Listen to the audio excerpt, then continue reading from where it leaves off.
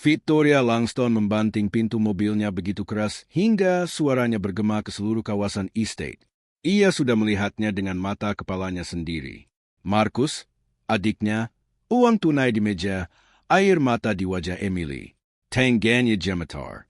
Ia sudah mempercayakan rumahnya, keselamatan putrinya, privasinya, kepada pria itu. Dan beginilah cara ia dibalas. Tapi ada yang belum diketahui Victoria saat itu.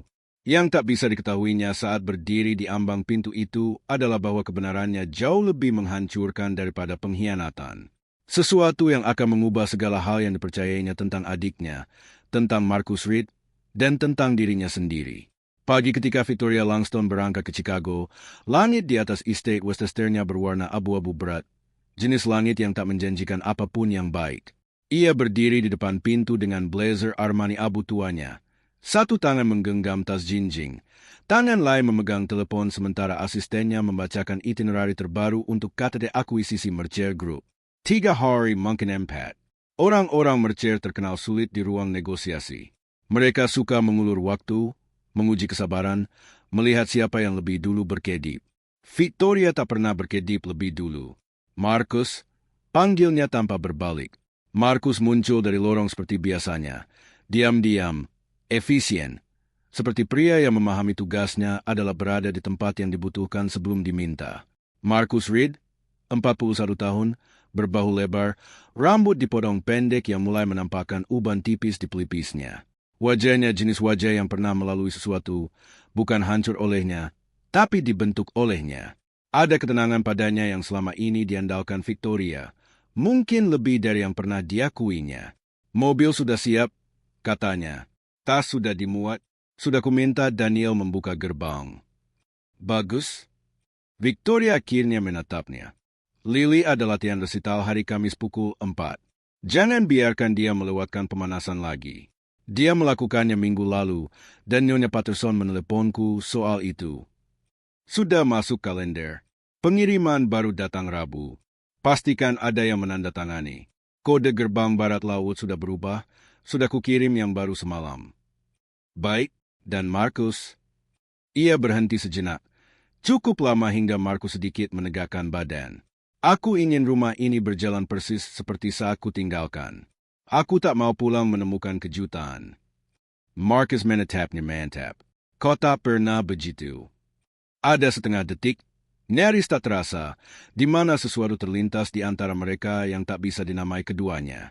Lalu ponsel Victoria berbunyi lagi, asistennya, dan ia berbalik, berjalan melewati pintu depan. Marcus menyaksikan mobil itu menyusuri jalan masuk panjang, hingga menghilang di balik gerbang besi. Lalu ia menghela napas. Estate ini megah dengan cara khas uang lama, tak mencolok, tak berisik, tapi substansial. 12.000 meter persegi batu dan kaca dan taman terawat yang menurun hingga ke kolam pribadi. Victoria membelinya 6 tahun lalu ketika Langston Capital mencapai aset kelolaan pertama senilai 1 miliar. Ia bilang pada media itu pembelian praktis. Ruang bagi timnya bekerja jarak jauh, kediaman yang pantas untuk merek perusahaan. Kebenaran yang ditemukan Marcus dalam 6 bulan pertamanya bekerja di sana lebih sederhana. Victoria Langston butuh tempat yang terasa seperti benteng, tempat dunia tak bisa masuk kecuali diizinkannya.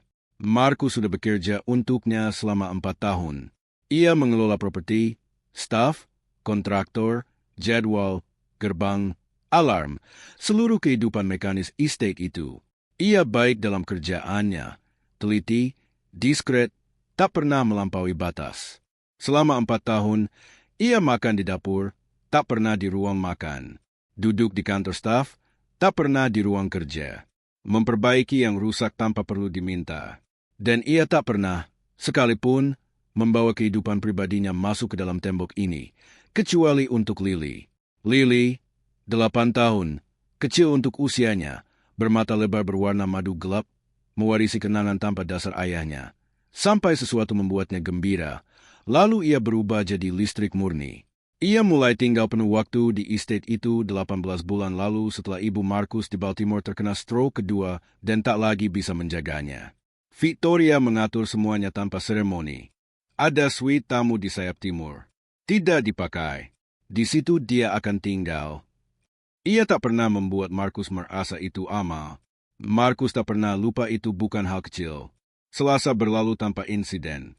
Markus mengantar Lily sekolah, menangani masalah pipa di rumah kolam, meninjau penawaran dari 3 kontraktor untuk instalasi kamera keamanan baru, memperbarui kode akses barat laut di semua perangkat sebelum tengah hari. Rabu, pengiriman datang, ia menandatanganinya, menyusun peti-peti di ruang penyimpanan berpendingin sesuai lembar inventaris. Malam Rabu, setelah Lily tidur, ia duduk di meja dapur membayar 2 tagihan lewat laptopnya.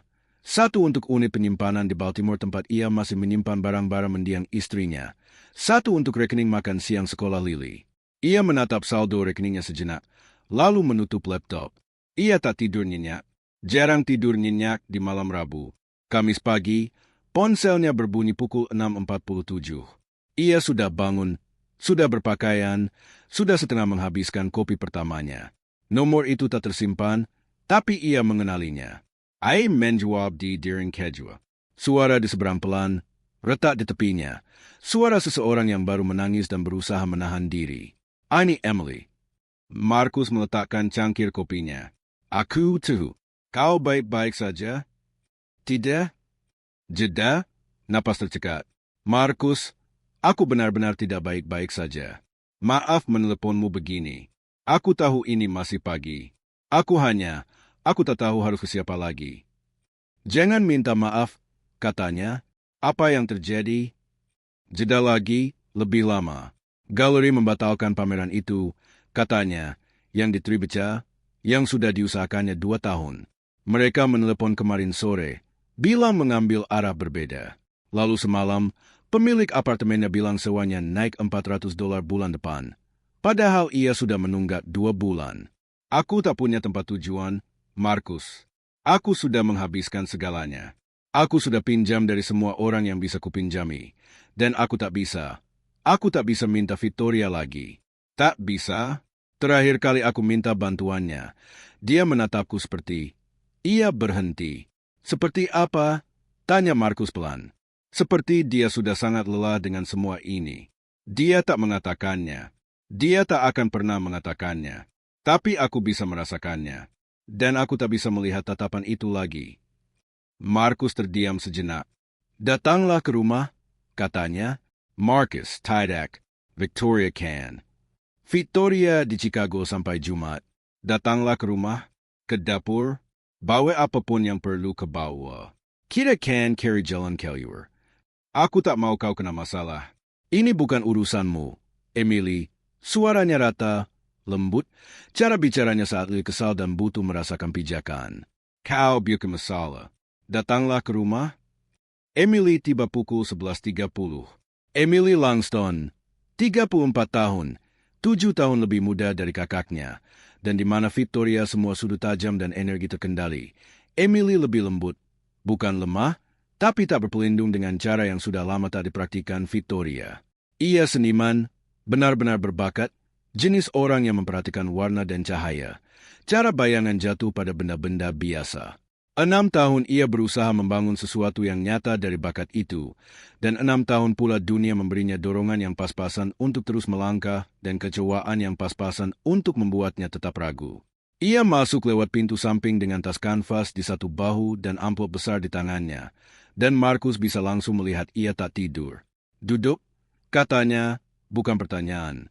Emily duduk di meja dapur. Markus meletakkan segelas air di depannya, lalu pergi ke kulkas, mulai mengeluarkan bahan makanan. Kau tak perlu memasakkan kopi, katanya.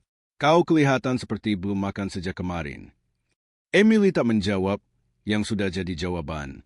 Markus membuat telur dan roti panggang tanpa banyak bicara, meletakkan piringnya, duduk di seberang. Ceritakan semuanya, katanya, dari awal. Maka Emily bercerita. Pelan dulu, lalu semakin cepat. Galeri menelepon. Pemberitahuan sewa. Kartu kredit yang sudah maksimal karena membeli perlengkapan untuk pameran yang tak jadi. Hibah yang diajukannya jatuh ke orang lain. Pekerjaan mengajar paruh waktu yang jam kerjanya dipotong sejak September. Ia bicara selama 20 menit tanpa henti, dan Markus mendengarkan seperti biasa. Sepenuhnya, tanpa menyela, tanpa gentar. Saat selesai, Piringnya kosong dan Emily menangis pelan ke tisu dapur. Aku merasa seperti pecundang, katanya. Aku tahu itu tidak benar, tapi aku merasakannya. Kau bukan pecundang, kata Markus. Kau sudah menanggung ini sendirian selama berbulan-bulan. Itu bukan kegagalan. Itu cuma terlalu berat untuk satu orang. Ia berhenti. Kau harusnya meneleponku lebih cepat. Kau punya urusanmu sendiri, Markus. Kau puja Lily. Kau punya. Aku tahu apa yang kupunya. Ia menaukkan tangannya di meja. Dan aku bilang, telepon aku lebih cepat lain kali. Emily menatapnya lama. Sungguh-sungguh menatapnya.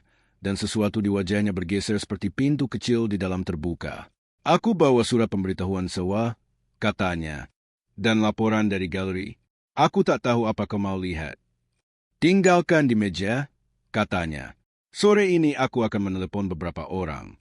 Aku kenal orang yang mengurus advokasi penyewa di kota. Dia pernah membantu salah satu rekan kerjaku dulu saat kejadian serupa. Dan aku mau lihat program apa yang tersedia untuk seniman. Ada yayasan di Brooklyn yang memberi hibah darurat. Kecil, tapi nyata. Kau tak perlu melakukan semua itu. Aku tahu aku tak perlu. Emily terdiam. Kenapa kau melakukan ini untukku? Maksudku, kau nyaris tak mengenalku. Markus memikirkannya jujur. Karena kau orang baik yang sedang dalam situasi sulit, katanya. Dan karena kakakmu, ia berhenti, mulai lagi. Victoria tak selalu mudah dijangkau. Tapi itu bukan berarti dia tak punya orang-orang yang membutuhkannya. Dan sekarang, kau butuh seseorang. Emily menunduk ke meja. Dia tak boleh tahu, katanya. Victoria, dia tak boleh tahu apapun soal ini. Janji padaku, Markus. Kumohon. Suaranya mendesak sekarang. Aku tahu kau dekat dengannya. Aku tahu kalian sering bicara. Tapi kalau dia tahu separah apa ini, dia akan memperbaikinya dengan caranya sendiri. Dia akan menulis cek, mengurus semuanya, menatapku dengan tatapan itu lagi, dan aku akan menghilang. Aku tak bisa melihat tatapan itu lagi. Ia menekan punggung tangannya ke matanya.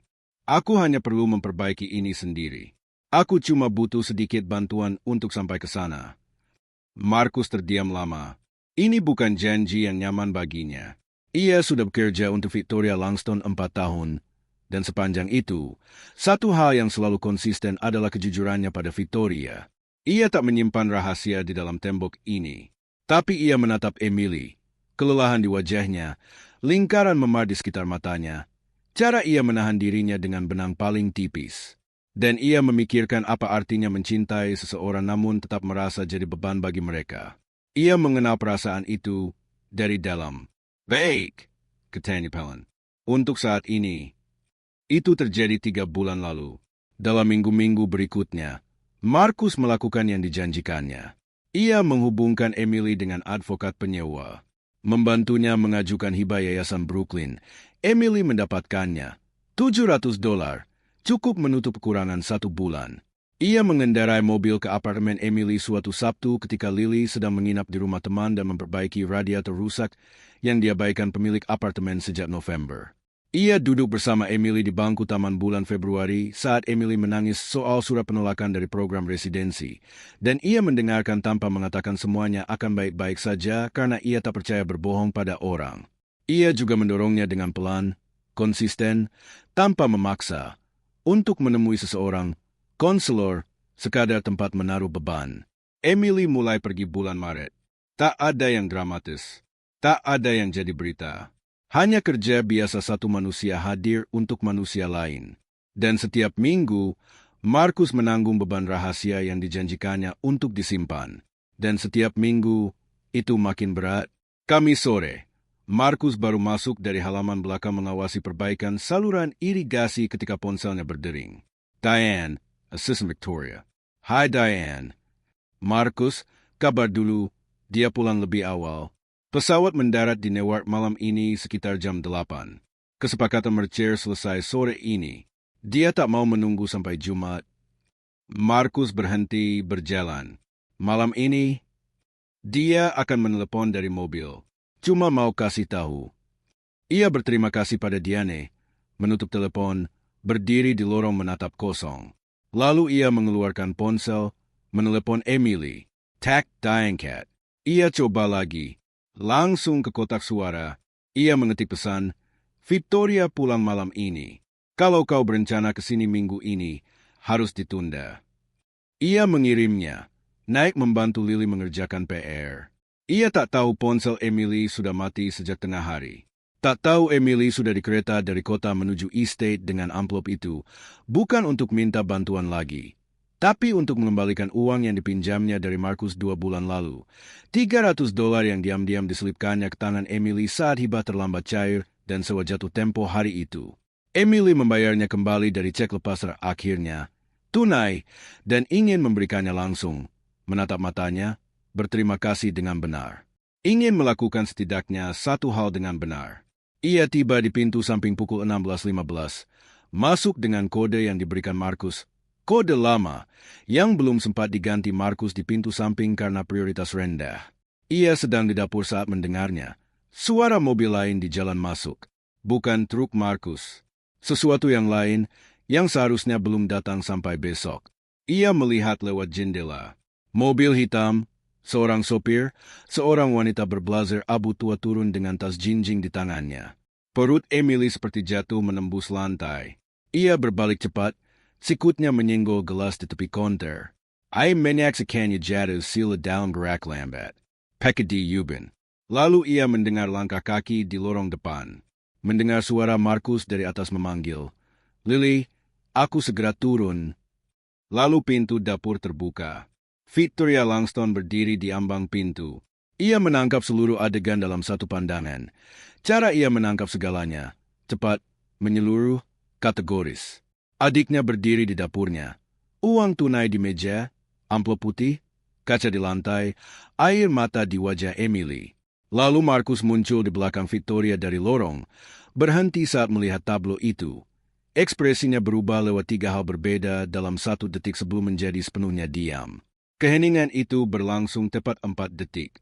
Suara Victoria, ketika akhirnya keluar, adalah suara yang dipakainya di ruang rapat saat sesuatu salah dan ia memutuskan cara menanganinya secara langsung. Pelan, terkendali, dilucuti dari segalanya kecuali pertanyaan itu sendiri. Apa yang sedang terjadi di rumahku? Tak ada yang bergerak. Itulah yang akan diingat Victoria kemudian. Bukan kacanya, bukan uangnya, bahkan bukan wajah adiknya. Yang akan diingatnya adalah ketiganya berdiri diam sepenuhnya, seolah udara sendiri membeku, dan tak ada yang bergerak lebih dulu.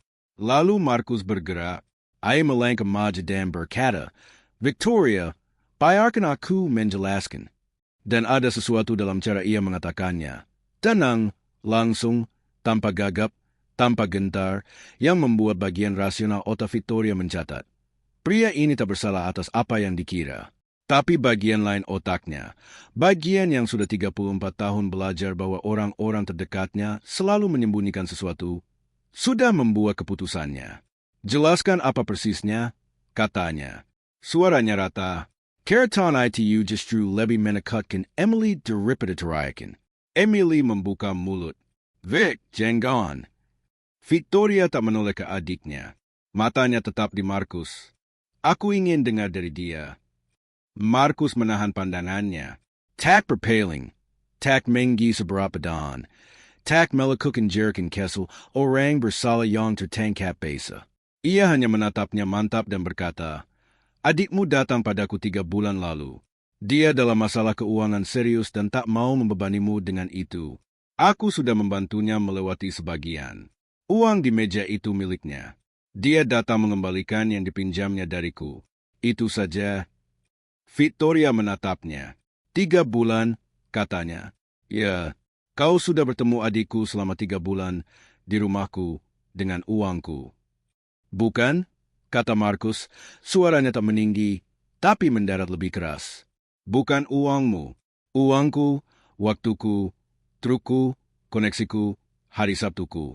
Tak satu pun miliknya darimu. Itu mendarat di tempat yang tak diduga Victoria. Ia berpaling ke Emily, benar-benar menoleh padanya. Dan Emily, pada terpuji juga tak berpaling. Ia menatap balik kakaknya dengan mata memerah dan rahang mengeras seperti bersiap untuk sesuatu yang sudah lama ditakutinya. Kau meneleponnya, kata Victoria, bukan tuduhan, hampir lebih buruk. Itu hanya fakta yang diletakkan di meja, seperti satu lagi bukti dalam kasus yang terus membesar terhadap segala hal yang dipercaya Victoria tentang keluarganya sendiri. Kau meneleponnya, bukan aku. Ya, kata Emily. Kenapa? Kata itu begitu pelan hampir tak bersuara. Rahang Emily bergerak.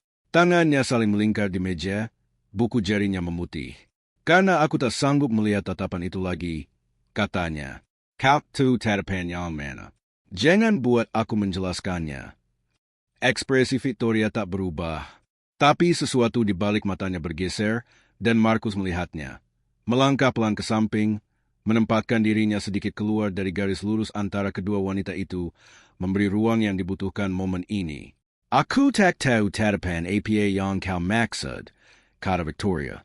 Ya, kau tahu? Suara Emil pecah di kata terakhir, tapi ia terus. Itu tatapan yang kau berikan saat kau sadar aku gagal lagi dalam sesuatu. Itu tatapan yang mengatakan kau menyanjiku, tapi kau lila, Vic dan aku tahu kau tak bermaksud begitu. Aku tahu kau berusaha menyembunyikannya, tapi aku sudah melihatnya sejak ayah meninggal. Ia berhenti, menekan bibirnya rapat. Aku tak bisa meneleponmu dan menyaksikanmu masuk mode perbaiki, menulis cek lagi, menatapku seperti aku proyek yang tak pernah selesai. Dapur itu begitu sunyi hingga mereka bisa mendengar jam di dinding. Begitukah kau melihatku? Kata Victoria. Begitukah rasanya? Aku tak pernah sekalipun membuatmu merasa jadi beban. Kau tak perlu mengatakannya. Fit, suara Emily akhirnya pecah penuh dan mentah. Kau tak perlu bicara seperti katapan. Itu ada di caramu menahan napas saat aku menelepon. Ada di caramu bertanya bagaimana keadaanku, lalu kau sudah punya solusinya sebelum kalimatku selesai. Ia menekan punggung tangannya ke mulutnya sejenak. Itu ada di caramu berhenti meneleponku hanya untuk mengobrol. Selalu untuk memeriksa, menilai. Dan aku tahu itu cinta. Aku tahu. Tapi itu membuatku merasa seperti berkas kasus, bukan adik. Victoria berdiri sangat diam. Markus menyaksikannya, melihat sesuatu terjadi di wajahnya yang belum pernah dilihatnya dalam 4 tahun bekerja untuk wanita ini. Sosok CEO menghilang, yang profesional, terkendali, presisi, tak terbaca, yang masuk ke dapur ini 30 detik lalu, sudah tak ada lagi. Yang tersisa adalah seorang wanita yang baru saja diberi kebenaran yang belum siap dijawabnya. Aku tak tahu, katanya, suaranya kehilangan kerataannya. Sedikit, tapi cukup. Aku tahu kau tak tahu, kata Emily. Bukan, aku bukan bilang ini untuk melukaimu. Aku bilang ini karena kau tanya kenapa. Keheningan lain berbeda dari yang pertama. Bukan seperti tembok, lebih seperti jendela terbuka. Lalu Victoria menatap Markus lagi. Dan kau, katanya, kau tahu semua ini. Kau menyembunyikannya dariku 3 bulan. Aku janji padanya, kata Markus, kau bekerja untukku. Ayah, tak ada nada minta maaf dalam suaranya. Tak ada pula pembelain diri. Hanya fakta yang tetap teguh. Dan dia memintaku tak memberitahumu. Dan aku membuat keputusan. Aku tak akan berpura-pura itu nyaman. Apakah nyaman berbohong padaku setiap hari? Aku tak berbohong padamu. Tak sekalipun. Aku tak pernah mengatakan sesuatu yang tidak benar. Kadang menyembunyikan adalah satu-satunya belas kasihan yang tersedia. Ia berhenti, membiarkan itu meresap. Kau ingin marah padaku. Aku paham itu. Kau punya hak penuh. Tapi kalau kau akan marah, marahlah pada hal yang tepat. Bukan pada fakta bahwa adikmu menemukan bantuan. Marahlah, kalau perlu, pada fakta bahwa dia membutuhkannya dan tak merasa bisa datang padamu. Victoria menatapnya lama dan keras. Lalu sesuatu retak di balik matanya. Bukan pecah, retak, seperti suara es sebelum bergeser. Ia menarik kursi di ujung meja dan duduk. Tak ada yang berkata apa-apa sejenak. Markus pergi ke counter, menuang segelas air, meletakkannya di depan Victoria. Ia tak mengakuinya, tapi mengambilnya. Emily berkata pelan, aku akan memberitahumu saat keadaan lebih baik. Aku ingin cerita ini bisa kuceritakan tanpa menangis. Aku ingin datang padamu dengan semua sudah beres. Aku ingin menunjukkan padamu aku bisa melewati sesuatu tanpa hancur. Tapi kau memang hancur, kata Victoria. Ya, Emily tertawa pendek, tanpa humor. Semacam itu. Victoria meletakkan gelasnya. Kapan kau mulai berpikir aku tak sanggup menghadapimu hancur? Emily menatap kakaknya lama. Sejujurnya, katanya, kurasa dimulai saat ibu pergi. Kau 20 tahun, aku 13. Dan kau jadi orang yang mengurus segalanya. Orang yang tak menangis di pemakaman, yang mengatur keuangan saat ayah sakit. Kau selalu begitu tangguh, Fit, dan entah bagaimana, sepanjang jalan itu, kurasa aku berhenti percaya kau punya ruang untuk orang-orang yang tak setangguh itu. Rahang Victoria mengiras. Markus berdiri di counter, mengawasi keduanya dengan perhatian penuh hati-hati. Seorang pria yang paham ini bukan momennya untuk bicara, tapi juga paham apa yang terjadi di dapur ini penting melampaui apapun yang pernah disaksikannya di dalam tembok ini selama 4 tahun. Itu bukan, Victoria mulai. Aku tahu itu bukan siapa dirimu. Emily cepat berkata. Aku tahu itu. Aku hanya bilang bagaimana rasanya dari luar. Ia menunduk ke meja. Aku menyayangimu. Kau kakakku. Kau orang paling mampu yang pernah ku kenal seumur hidupku. Dan kadang berada di dekat orang semampu itu membuatmu merasa. Ia menghela napas. Castle. Kata itu jatuh ke ruangan seperti batu ke air tenang. Victoria tak langsung menjawab. Markus mengamati tangannya yang terlipat di meja. Ibu jarinya saling menekan seperti kebiasaannya saat memproses sesuatu yang belum ada bahasanya. Ia sudah lama memperhatikan kebiasaan itu. Akhirnya, Victoria berkata, aku tidak. Ia berhenti, mulai lagi. Aku tak semampu yang kau pikir. Emily mendongak. Kesepakatan mercer yang baru saja kututup, kata Victoria. Itu akuisisi besar ketiga kuartal ini. Dewanku ingin aku umumkan yang keempat sebelum Desember. CFO ku pikir aku beroperasi 90% efisiensi di atas rata-rata industri. Asistenku mengirim email ucapan selamat. Ia berhenti. Aku tak tidur? Belum pernah tidur lebih dari 5 jam berturut-turut sejak Maret. Aku punya terapis yang kutemui 2 kali dalam 2 tahun karena terus membatalkan janji. Aku makan di meja kerjaku atau tidak makan sama sekali. Jeda lagi. Dan adikku sudah berjuang selama 3 bulan dan aku sama sekali tidak tahu. Emily menatapnya. Aku tak tahu, kata Victoria, dan sekarang suaranya dilucuti dari segalanya. Kekuasaan, otoritas, jarak profesional yang hati-hati. Dan aku tak tahu apa artinya itu bagiku. Apakah aku terlalu sibuk atau terlalu buta? Atau apakah akulah yang membuatmu merasa tak bisa datang padaku? Aku tak tahu mana yang lebih buruk. Ia menatap Emily langsung. Tapi aku di sini sekarang, dan aku ingin kau ceritakan semuanya. Itu hal paling sederhana yang dikatakannya mungkin selama bertahun-tahun. Itu membuat Emily benar-benar terbuka. Ia mulai bercerita tentang galeri, tentang hibah, tentang radiator dan bulan-bulan tidur buruk dan hari-hari duduk di apartemennya tak sanggup memegang kuas dan merasa setiap pilihan yang pernah dibuatnya salah. Tentang konselor yang mulai ditemuinya dan bagaimana itu membantu perlahan, sedikit demi sedikit. Tentang malam Februari ketika Markus duduk bersamanya di bangku dingin dan tak bilang semuanya akan baik-baik saja. Hanya hadir di sana, dan bagaimana itu berarti lebih dari 100 penenangan. Victoria mendengarkan. Tak menyela. Tak meraih ponselnya. Tak menawarkan solusi atau kontak atau kerangka finansial. Ia hanya duduk di meja dapurnya dan mendengarkan suara adiknya mengisi ruang di antara mereka. Dan Markus menyaksikan ekspresi di wajahnya berubah perlahan, lapis demi lapis, seperti foto yang berkembang dari sesuatu yang terjaga dan tegang menjadi sesuatu yang terbuka dan berduka dan sepenuhnya hadir. Saat Emily selesai, ruangan itu sangat sunyi. Langkah kaki Lily melintasi langit-langit di atas mereka. Ringan, cepat, tak sadar, lalu suaranya melayang turun samar-samar menyanyikan sesuatu untuk dirinya sendiri. Victoria menatap langit-langit sejenak. Lalu ia menatap Markus. Kau seharusnya memberitahuku, katanya, tapi bajanya sudah hilang. Itu hanya kebenaran yang ditawarkan dengan jujur. Aku tahu, kata Markus. Aku bimbang setiap minggu. Aku bilang pada diriku sendiri kalau memburuk, Akan ku beritahu, kalau dia benar-benar dalam bahaya, akan ku langgar janji itu. Ia berhenti. Dia tak dalam bahaya. Dia hanya berjuang dan dia membaik. Dia tanggung jawabku juga. Dia bukan tanggung jawab, kata Markus. Dia adikmu.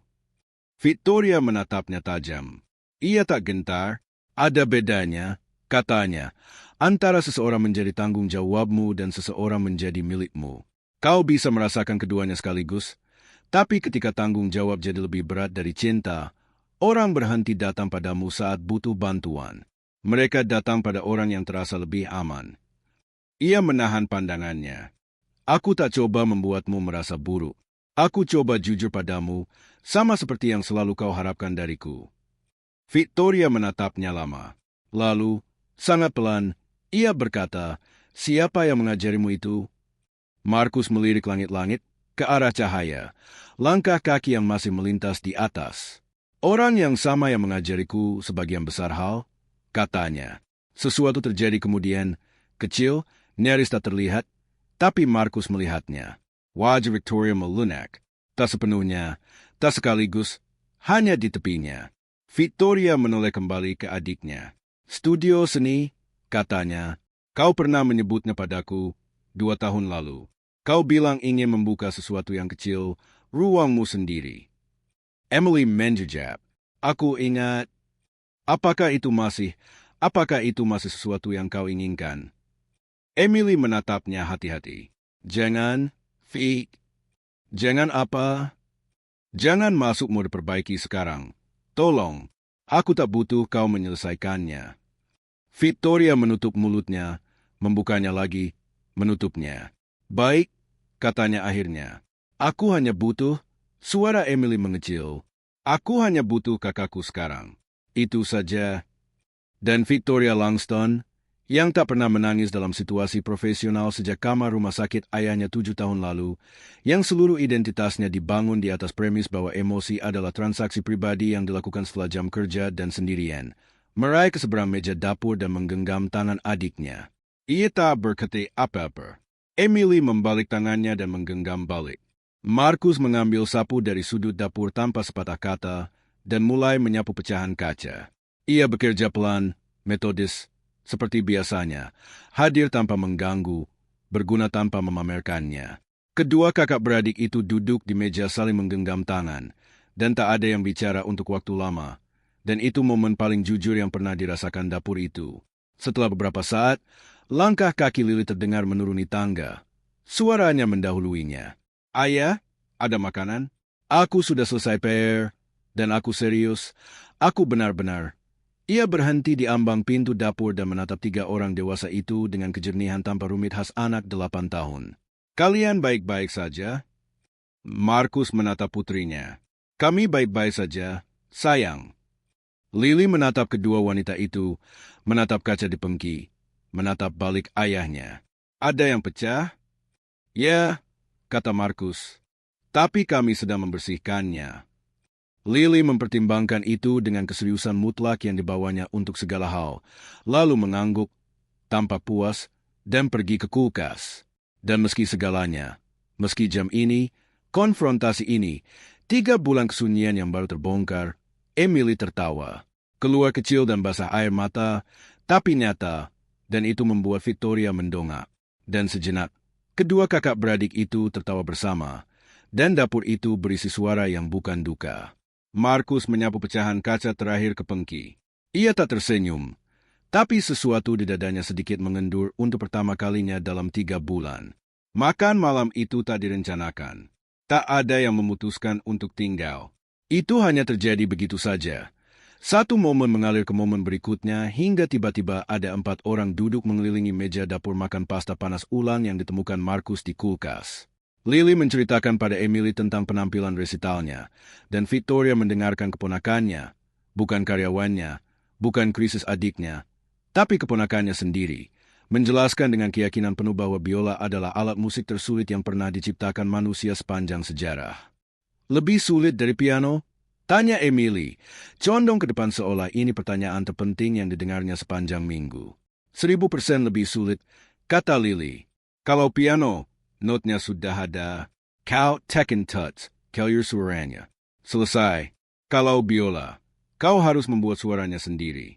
Suaranya tak ada sampai kau ciptakan. Emily menatap Markus lewat meja. Markus tetap menunduk ke makanannya, tapi ujung mulutnya bergerak. Victoria mengamati ketiganya dan merasakan sesuatu yang belum punya nama langsung. Sesuatu yang mengendap di dada, di bawah bahasa. Setelah makan malam, Emily membantu Lily mencuci piring sementara Victoria berdiri di ambang pintu dapur mengamati adiknya tertawa pada sesuatu yang dikatakan si 8 tahun tentang topik guru seni rupanya. Victoria tak ingat kapan terakhir kali mendengar Emily tertawa seperti itu, tanpa pertahanan. Bukan berpura-pura baik-baik saja, benar-benar baik-baik saja selama 30 detik di tengah hari yang buruk. Ketika Lily akhirnya naik untuk tidur, Markus mengantarnya dan kembali turun mendapati kedua kakak beradik itu duduk lagi di meja dapur dengan lampu diredupkan dan 2 cangkir teh di antara mereka. Ia membaca situasi dengan benar dan bergerak menuju lorong. Tetaplah, kata Victoria, bukan berintah, sesuatu yang lain. Ia tetap tinggal. Duduk di ujung jauh meja, menggenggam cangkirnya dengan kedua tangan, membiarkan kedua wanita itu melanjutkan apa yang mereka mulai saat ia di atas. Dan ia mendengarkan seperti biasa. Victoria berkata, terakhir kali aku benar-benar merasa tahu apa yang kulakukan denganmu, dengan kita, adalah saat kau sekitar 12 tahun. Kau baru mulai menggambar serius dan kau biasa membawa buku sketsamu ke meja dapur dan aku mengerjakan PR sementara kau menggambar. Dan tak satu pun dari kita perlu bicara. Itu hal favoritku. Aku baru sadar itu barusan. Emily menatapnya. Kau ingat itu? Aku memikirkannya lebih sering dari yang kau kira. Kupikir kau membencinya. Kupikir kau cuma menoleransi keberadaanku di ruangan itu. Victoria tampak benar-benar terkejut. Kenapa kau berpikir begitu? Karena kau tak pernah bilang apa-apa. Kau cuma belajar. Aku ada di sana, kan? Emily terdiam sejenak. Kurasa aku butuh kata-kata. Aku tak pernah pandai dengan kata-kata. Tidak, kata Emily, kau memang tak pandai. Victoria menatap cangkirnya. Ibu juga begitu. Dulu kupikir itu kekuatan, efisiensi, presisi. Katakan yang penting, potong sisanya. Ia berhenti. Ayah kebalikannya. Dia bicara terlalu banyak tentang segalanya. Kau tak bisa makan tanpa tahu persis perasaannya soal 17 hal berbeda. Ayah berani lagi. Aku merindukannya. Aku merindukannya setiap hari. Dan aku tak pernah mengatakannya padanya selagi bisa. Ruangan itu jadi sangat sunyi. Emily meraih ke seberang meja dan menutupi tangan kakaknya. Tak ada yang bicara. Markus menatap meja, tak bergerak. Lalu Victoria menarik tangannya kembali, menegakkan tulang punggungnya. Refleks otomatis, baju zirah kembali terpasang. Tapi kali ini tak sepenuhnya menutup. Ada celah di dalamnya. Kecil, tapi nyata. Kau harus menginap malam ini, katanya pada Emily. Aku tak sedang bertanya. Suite tamu kosong. Kau tak akan naik kereta ke kota pukul 10 setelah hari seperti ini. Emily membuka mulutnya. Aku bukan menulis cek, kata Victoria. Aku biarkan menyelesaikan APA pan. Aku cuma memberitahumu di mana kamarmu. Emily menutup mulutnya, lalu mengangguk. Itu malam pertama. Yang datang setelahnya lebih lambat dan lebih rumit dari yang bisa diselesaikan satu percakapan dapur. Karena hal-hal nyata memang selalu begitu. 3 hari setelah Victoria pulang lebih awal, ia melakukan sesuatu yang tak pernah dilakukannya sejak usia 22. Saat baru di New York dan masih percaya meminta bantuan adalah tindakan yang bisa selamat. Ia membatalkan panggilan Dewan Kamis pagi, bukan menjadwalkan ulang, membatalkan, dan mengendarai mobilnya sendiri ke apartemen Emily di kota.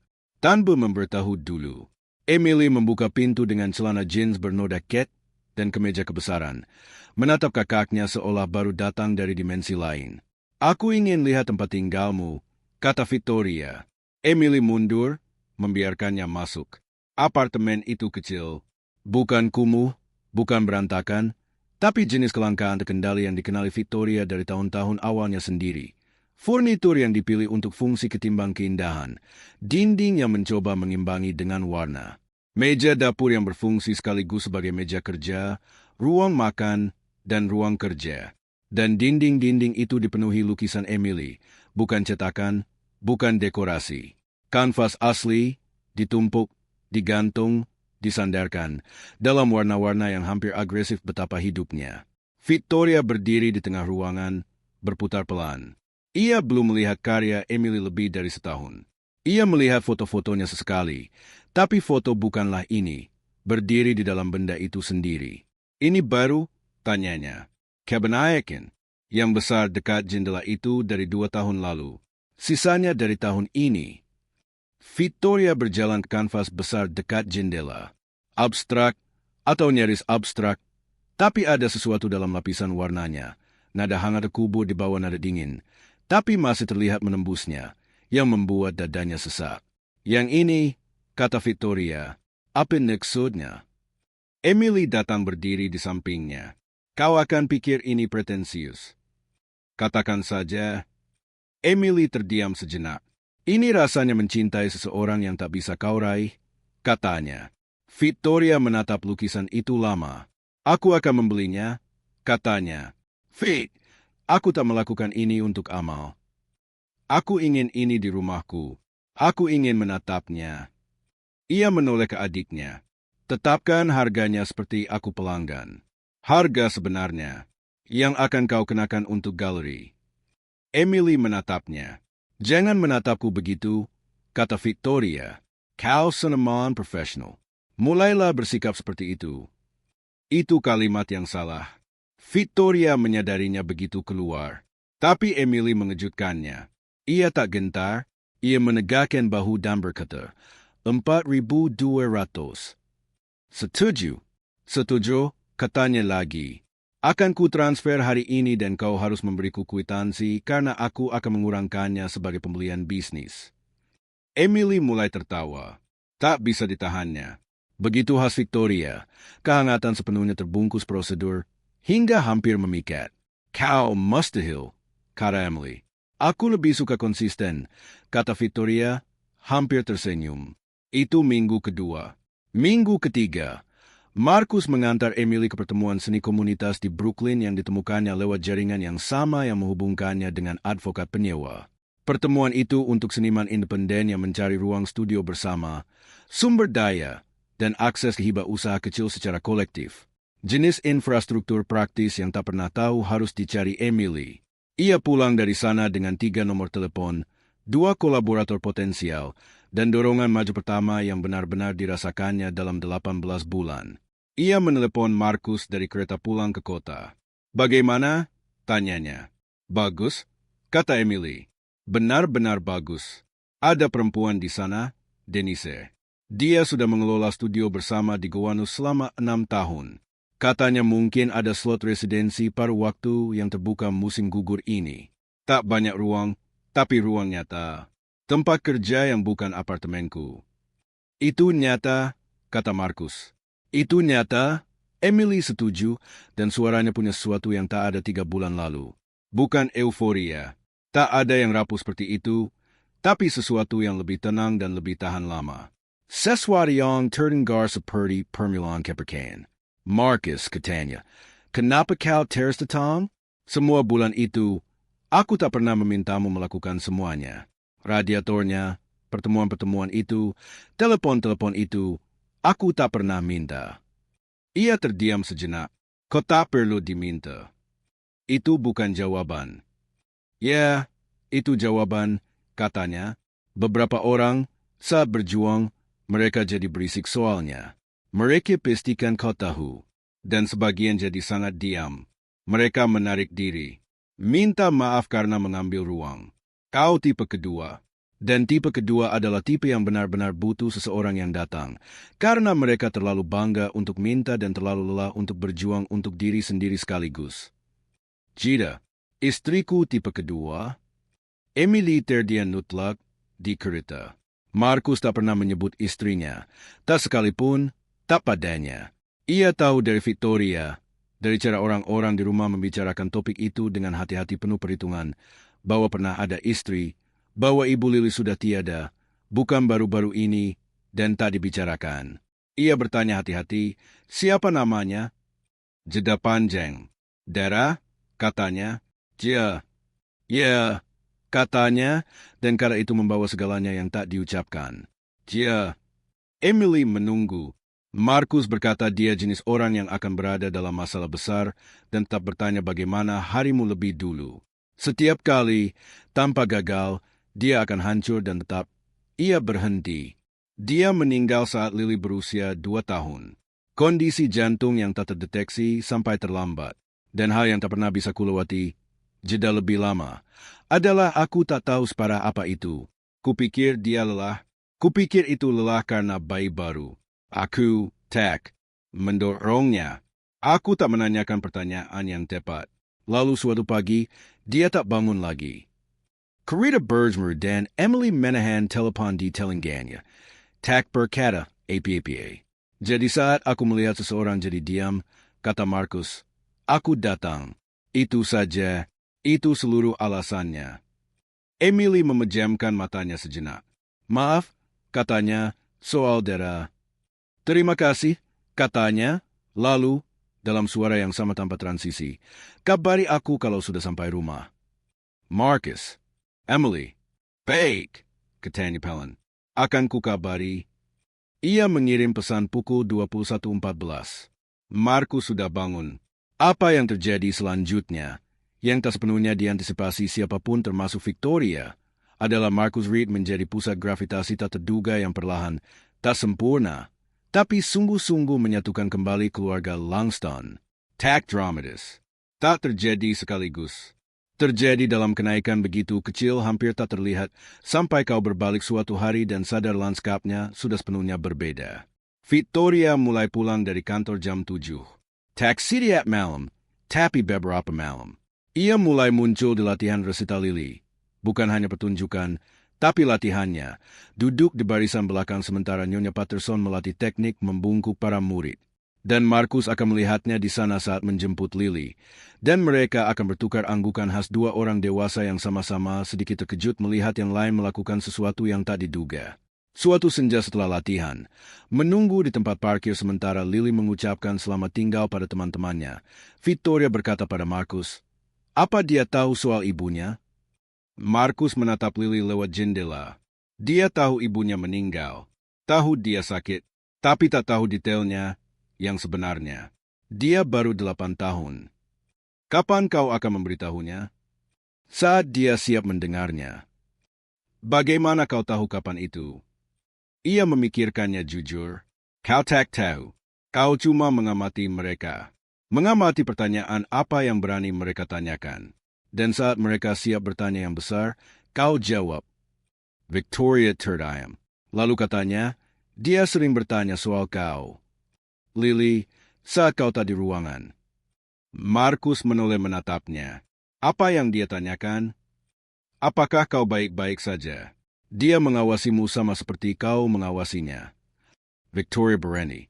Dia luar biasa, Markus. Aku tahu, katanya, dan kebanggaan tenang di dalamnya. Tak sombong, tak berpura-pura, hanya pasti, membuat sesuatu tersangkut di dada Victoria. Kau melakukan itu sendirian, katanya, sejak dia berusia 2 tahun. Aku dibantu, ibuku, sampai stroke itu. Adikku beberapa lama.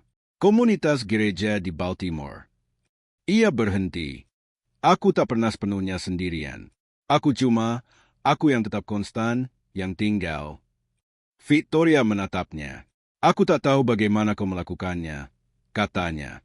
Aku menjalankan perusahaan bernilai miliaran dan kadang malam-malam aku pulang dan tak tahu cara jadi manusia. Tak tahu cara sekadar ada, tanpa agenda, tanpa hal yang harus diserahkan. Ia menggelengkan kepala. Dan kau pulang ke seorang anak yang butuh kau sepenuhnya hadir setiap hari. Dan kau melakukannya. Aku tak selalu melakukannya dengan baik, kata Markus. Jangan lakukan itu. Apa? Jangan mengalihkan saat seseorang mengatakan hal benar tentangmu. Ia menahan pandangannya. Kau melekatkannya, bagaimanapun tak sempurnanya. Kau harus setiap hari dan kau melekatkannya. Markus menatapnya lama. Kau juga, katanya Pelin. Cuma tak terlihat seperti yang kau pikir seharusnya. Lily muncul di pintu, kotak biola di tangan. melambai tak sabar. Keduanya bergerak menuju mobil, tapi sesuatu sudah dikatakan, sesuatu nyata, sesuatu yang menuntut biaya bagi keduanya untuk diucapkan dan diterima, dan tak satu pun menariknya kembali. Malam itu, setelah Lily tidur, Markus duduk di meja dapur dengan secangkir kopi dingin dan memikirkan Dara. Ia memikirkannya seperti biasa di akhir hari-hari yang lebih manusiawi dari biasanya, penuh tanpa gentar, membiarkan dirinya duduk dalam duka itu ketimbang melewatinya. Dia akan menyayangi Emily. Dia akan punya sesuatu yang tajam dan lucu untuk dikatakan soal Victoria. Dia akan bilang pada Markus dengan cara langsungnya bahwa Markus baik-baik saja bahkan saat Markus tak mempercayainya. Ia merindukannya dengan sakit khusus dan tepat dari seseorang yang sudah belajar membawa kehilangan tanpa hancur karenanya. Yang sudah paham membawanya bukan sama dengan terjebak di dalamnya.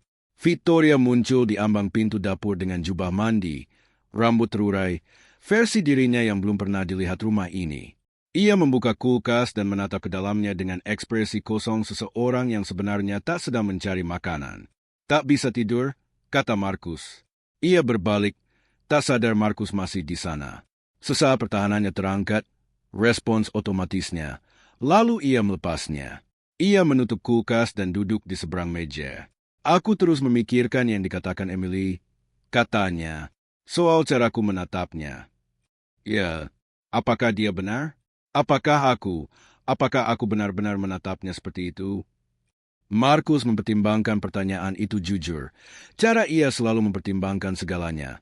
Tanpa terburu-buru, tanpa pelicin sosial. Kupikir, katanya pelan, kau menyayangi Emily lebih dari hampir apapun. Dan kupikir cinta itu jadi kusut sepanjang jalan dengan tanggung jawab. Dan saat kau merasa bertanggung jawab atas sesuatu dan itu terus melenceng, ada frustrasi yang muncul di wajahmu, mau tak mau. Ia berhenti. Itu tak berarti kau menyayanginya lebih sedikit. Tapi dia merasakan frustrasinya sebelum merasakan cintanya, dan itulah bagian yang merusak. Victoria menatap meja. Bagaimana caranya mengurai itu? Tanyanya. Kau pisahkan cinta dari hasilnya, katanya. Kau biarkan dia gagal tanpa itu berarti sesuatu tentang dirimu. Kau biarkan dia berjuang tanpa tanganmu sudah terlibat sebelum dia minta. Kau cuma, ia berhenti, kau percaya padanya. Bukan kemampuannya untuk berhasil, tapi kemampuannya untuk bertahan apapun yang terjadi. Victoria terdiam sangat lama. Aku tak tahu apa aku tahu caranya, katanya. Aku tahu, kata Markus. Itu sebabnya butuh waktu. Victoria mendongak dan ada sesuatu di wajahnya. Bukan lembut, persisnya, Victoria tak pernah benar-benar lembut, tapi terbuka. Jenis terbuka yang butuh keberanian karena tak ada jaminan akan disambut. Markus, katanya. Ya, aku senang kau ada di sini saat aku tak ada. Ia menahan pandangannya.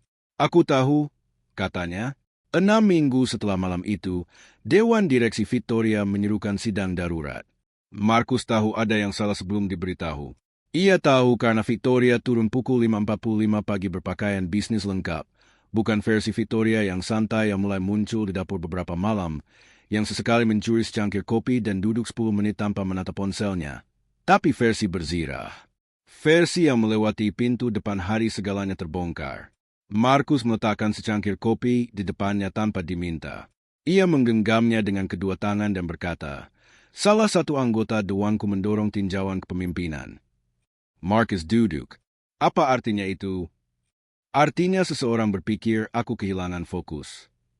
Ia mengatakannya datar, tanpa rasa kasihan diri. Cara ia menyatakan semua fakta sulit. Proyeksi kuartalan baik-baik saja. Akuisisi Mercer berjalan baik. Dari semua metrik yang penting, Langstone Capital dalam posisi terkuat dalam 3 tahun. Ia berhenti. Tapi aku sudah meninggalkan kantor jam 7. Aku membatalkan 2 panggilan Dewan bulan lalu. Aku menghadiri resital biola suatu Kamis siang.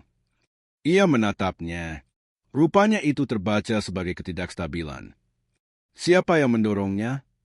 Richard Hale. Ia mengucapkan nama itu seolah rasanya seperti sesuatu yang lama dan tak sedap. Dia sudah di dewanku sejak awal. Dia membantuku mengumpulkan putaran pertama. Dia juga diam-diam memposisikan menantunya sebagai calon kosio selama 8 bulan dan mengira aku tak sadar. Markus menatapnya mantap. Sudah bicara dengan pengacaramu? Semalam, 2 jam. Dan, aku terlindungi. Kontrakku ketat. Tinjauan kepemimpinan butuh mayoritas 2/3 Dewan dan Hail hanya punya 4 suara dari 11. Dia butuh 5 lagi dan dia tak akan mendapatkannya. Ia berhenti, tapi itu tetap terjadi. Seseorang yang kupercaya duduk di ruangan dan memutuskan bahwa aku menjadi manusia yang sedikit lebih hadir adalah kelemahan. Ia mengatakannya datar, tapi Markus mendengar apa yang tersembunyi di baliknya. Kau tak akan mundur? Katanya. Bukan pertanyaan. Victoria menatapnya tajam. Aku bilang padamu sekarang, katanya, jangan biarkan pria itu memasang kembali zirah untukmu. Kau sudah memasangnya sendiri dengan baik sebelumnya. Jangan biarkan ketakutan orang lain akan siapa dirimu yang berubah meyakinkanmu berhenti menjadi diri itu. Ia menatapnya. Itu sangat mudah dikatakan, katanya. Aku tahu itu. Katakan saja. Ia menahan pandangannya. Apa sebenarnya kata pengacaramu? Ia bilang Hail tak punya dasar. Ia bilang aku harus menghadiri tinjauan itu, menyajikan angka-angkanya. Biarkan Dewan lihat perusahaan berkembang. Ia berhenti. Ia juga bilang aku harus pertimbangkan apakah seseorang yang menggunakan pertumbuhan pribadiku sebagai amunisi melawanku adalah orang yang kuinginkan di dalam struktur tata kelola perusahaanku untuk dekade berikutnya. Pengacara pintar, kata Markus. Dia mengenakan $400 per jam. Sebaiknya begitu. Ponselnya berbunyi di meja. Ia menatapnya. Sesuatu di ekspresinya bergeser. Bukan ketegangan terkait Hail. Sesuatu yang berbeda, tak terduga. Ini Emily, katanya. Ia menjawabnya dan Markus mulai berdiri, memberi privasi, tapi ia mengangkat satu tangan tanpa menatapnya. Tetaplah, apa yang salah? Kemudian sesaat, seluruh posturnya berubah. Apa maksudmu slotnya tersedia sekarang? Denise menelepon pagi ini. Sesaat lagi. Emily, pelen-pelen. Kapan dia butuh jawaban? Markus mengamati wajah Victoria bergerak lewat 3 hal berbeda dalam 10 detik. Baik, kata Victoria. Baik, jangan langsung bilangnya. Beri aku 2 jam. Ia mendengarkan. Ku bilang beri aku 2 jam, Emily. Percayalah padaku. Ya, 2 jam. Ia menutup telepon. Ia menatap Markus. Studio di Gowanus, katanya. Bukan pertanyaan juga. Residen yang punya slot itu ada urusan keluarga darurat. Dia meninggalkan kota. Denise menawarkannya duluan ke Emily karena dia membuat kesan di pertemuan itu. Tapi dia butuh putusan sebelum akhir hari, dan deposit bulan pertama harus segera dibayar. Victoria meletakkan ponselnya. Emily punya $400 di rekeningnya. Markus diam. Aku akan membantunya dengan depositnya, kata Victoria. Tapi aku tak akan menyerahkannya begitu saja. Aku akan menyusunnya sebagai pinjaman resmi dengan jadwal pembayaran yang benar-benar realistis dan bisa dicapai, dan aku akan menuliskannya, dan Emily akan menandatanganinya. Ia berhenti, karena dia perlu merasa dia mendapatkan ini, bukan menerimanya. Markus menatapnya sejenak. Kau sudah memikirkan ini, katanya. Aku sudah memikirkan banyak hal, katanya. Aku belajar cepat kalau benar-benar memperhatikan. Ia mengambil cangkir kopinya. Itu berbeda dari sekadar menulis cek, katanya. Aku tahu itu, katanya, dan kepentingan diam dari fakta bahwa ia tahu, bahwa ia sampai pada perbedaan itu sendiri tanpa diberitahu, mengendap di udara di antara mereka. Sidang tinjauan Dewan terjadi Rabu pagi 3 minggu kemudian. Markus mengantar Victoria ke kota sendiri. Ia tak memintanya. Ia punya layanan mobil, selalu punya, tapi malam sebelumnya ia berkata hampir sambil lalu, tinjauannya jam 9. Aku harus berangkat jam 7.15. Dan caranya mengatakan itu bukan cara seorang wanita memberitahu manajer estate-nya soal jadwal. Itu cara seseorang memberitahu orang yang dipercayainya bahwa besok adalah hari yang berat. Markus menyiapkan mobil jam 7. Victoria keluar dengan setelan terbaiknya, yang dipakainya saat perlu mengingatkan ruangan tentang siapa dirinya. Ia tampak seperti biasanya saat pergi berperang. Utuh, tak tertembus, seolah seseorang menyusun tiap bagian dirinya dengan hati-hati sengaja. Tapi saat masuk mobil dan Markus keluar dari jalan masuk, ia menghela napas sekali, panjang dan pelan. Markus tak berkata apa-apa selama 1 mil lalu katanya. Kau tahu apa yang benar? Aku tahu apa yang benar, katanya. Kalau begitu, nusuklah ke sana dan biarkan mereka melihatnya.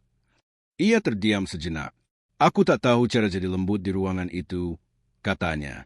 Aku tak tahu apa aku bisa. Kau tak perlu jadi lembut, kata Markus. Kau harus jadi nyata. Ada bedanya. Ia berhenti. Lembut itu pertunjukan. Nyata cuma jadi persis dirimu tanpa minta maaf untuk bagian-bagian yang membuat orang tak nyaman. Ia melirik ke arahnya di kaca spion. Bagian-bagian yang membuat Hail tak nyaman adalah bagian-bagian yang membuat perusahaanmu hebat. Fakta bahwa kau bisa menutup kesepakatan bernilai miliaran lalu hadir di latihan biola anak berarti kau paham apa yang sebenarnya berharga. ITU bikin kededak stablen. Itu kebijaksanaan. Victoria menatap keluar jendela. Sejak kapan kau memberi nasihat ruang rapat? Aku tak begitu, katanya. Aku memberimu nasihat. Apa yang kau lakukan dengannya di ruang rapat urusanmu? Aitak menjawab. Tapi saat mereka tiba di gedung dan ia keluar mobil, merapikan jasnya, ia berhenti sejenak di pintu dan menoleh kembali ke arahnya lewat kaca. Markus memberikan satu anggukan. Ia masuk. Ia di dalam selama 3 jam 40 menit.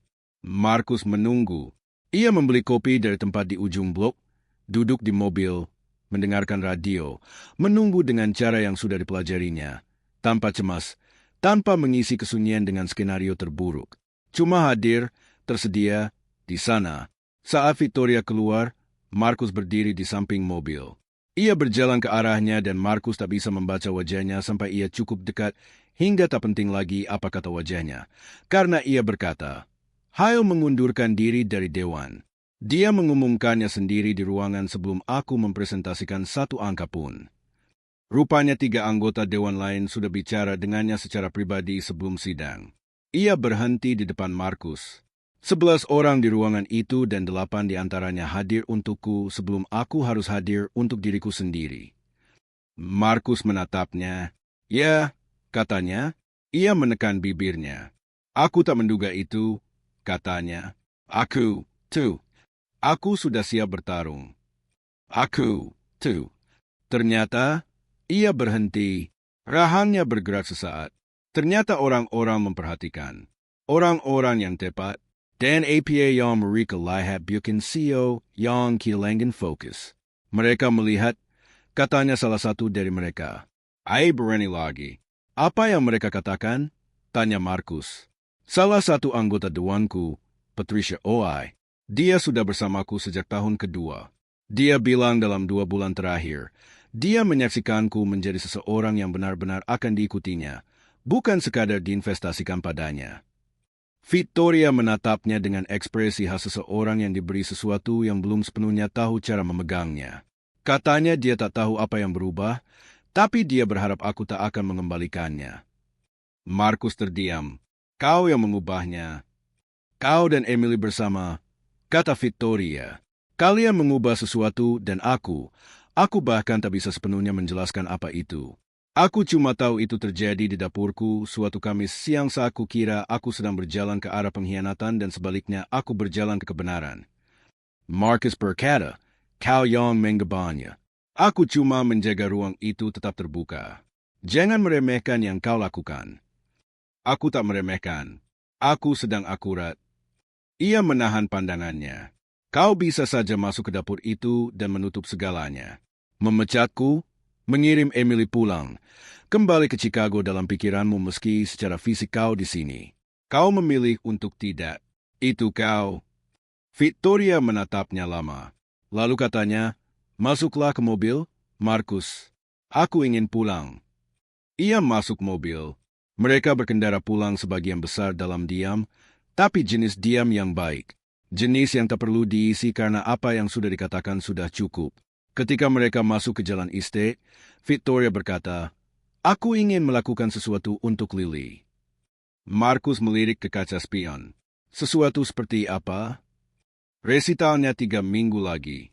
Aku ingin, Aku ingin melakukan sesuatu yang membuatnya terasa seperti acara sungguhan, bukan acara sekolah. Acara sungguhan untuknya. Ia berhenti.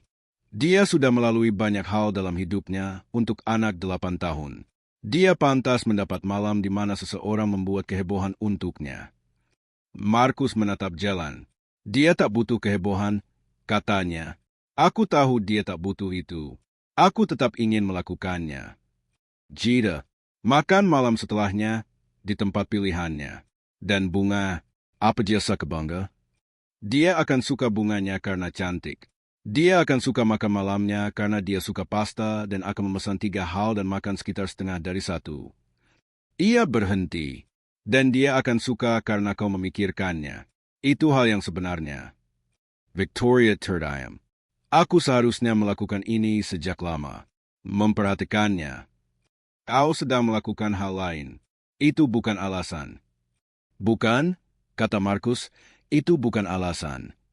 Ia berhenti di depan rumah. Tapi itu juga bukan hukuman seumur hidup. Sekarang cukup untuk memulai. Dan Victoria keluar dari mobil. Perayaan makan malam yang direncanakan Emily, yang sungguhan, untuk menandai kuartal penuh pertama studio itu beroperasi, terjadi Sabtu malam di tahun baru. Emily memasak di estate, sesuatu yang sudah 2 kali dilakukannya sekarang, dan ternyata jauh lebih pandai dari yang diperkirakan siapapun, termasuk dirinya. Ia membuat makanan berlebih sengaja. Meletak dan lilin di meja tanpa bertanya. Lily menatap piring.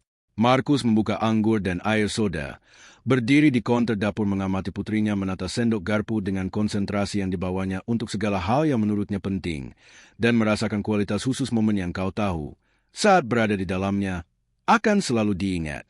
Victoria masuk dari ruang kerja dan berhenti saat melihat meja itu. Emily, katanya. Jangan, kata Emily dari kompor. Jangan buat ini aneh. Ini cuma makan malam. Ini bikin ku memakan malam. Ini bikin ku memakan malam, setuju Emily. Tapi kita tak akan berpidato. Duduklah, Victoria duduk. Markus membawa makanan ke meja. Lily mengambil tempat duduknya dan langsung menjelaskan pada Emily protokol yang benar untuk audisi tempat duduk bagian biola yang akan terjadi Februari, yang direncanakannya untuk dimenangkan. Emily mendengarkan dengan perhatian penuh dan mengajukan pertanyaan lanjutan. Victoria menuangkan anggur dan mengamati sekeliling meja. Adiknya, pria yang membukakan pintu saat ia bahkan tak tahu ia membutuhkannya, anak yang melihat benang emas dan menamainya dengan benar, dan merasakan sesuatu di dadanya yang belum punya nama, tapi tak butuh nama. Beberapa hal lebih benar sebelum kau beri bahasa padanya. Ketika makanan sudah tersaji dan Lily sudah makan dengan antusiasme terpusat, dan Emily sedang menceritakan kisah yang sudah mulai lucu, Victoria menatap Markus di seberang meja. Ia sudah menatapnya lebih dulu. Ay berkata sangat pelan. Terima kasih untuk semuanya, sejak awal. Markus menggeleng sedikit. Aku pulang lebih awal, katanya, dan kukira aku sedang berjalan ke pengkhianatan. Aku tahu, katanya. Sebaliknya, aku berjalan ke... Ia berhenti, menatap meja, menatap balik padanya. Aku belum punya kata yang tepat untuk itu. Ia terdiam sejenak. Kau berjalan ke apa yang sudah nyata? Katanya. Kau cuma belum melihatnya. Victoria menahan pandangannya lama. Lalu Lily mendongak dari piringnya dan berkata, apa kalian akan makan? Karena aku mungkin butuh lebih banyak situasi pastanya, dan aku tak mau jadi satu-satunya. Emily tertawa terbahak-bahak. Markus menggembul garpunya. Dan Victoria Langston, untuk ketiga kalinya dalam 4 bulan, melakukan sesuatu yang tak akan dikenali oleh dirinya setahun lalu. Ia tertawa sepenuhnya tanpa memikirkan bagaimana kelihatannya, tanpa mengukur apakah itu pantas atau proporsional atau tepat waktu secara strategis. Ia hanya tertawa, dan di sekitar meja itu, di dapur tempat sebuah gelas pernah pecah dan sebuah rahasia pernah tumpah terbuka, dan 3 orang pernah berdiri dalam keheningan yang bisa mengarah kemana saja, sesuatu yang telah lama rusak dengan cara yang tak satu pun dari mereka punya bahasanya. Sementara itu terjadi. Akhirnya, tak sempurna, sungguh-sungguh utuh. Bukan karena hal-hal sulit sudah berakhir. Belum. Emily akan menghadapi bulan-bulan sulit ke depan. Victoria akan membatalkan terapi sekali sebelum kembali lagi. Markus akan duduk sendirian dengan dukanya di beberapa malam dan membawanya seperti biasanya, sepenuhnya tanpa gentar, dengan cinta yang tak minta tepuk tangan. Tapi mereka akan membawanya menuju satu sama lain sekarang, bukan menjauh. Dan itu sesungguhnya, tak ada yang lebih dramatis dari itu, adalah segalanya.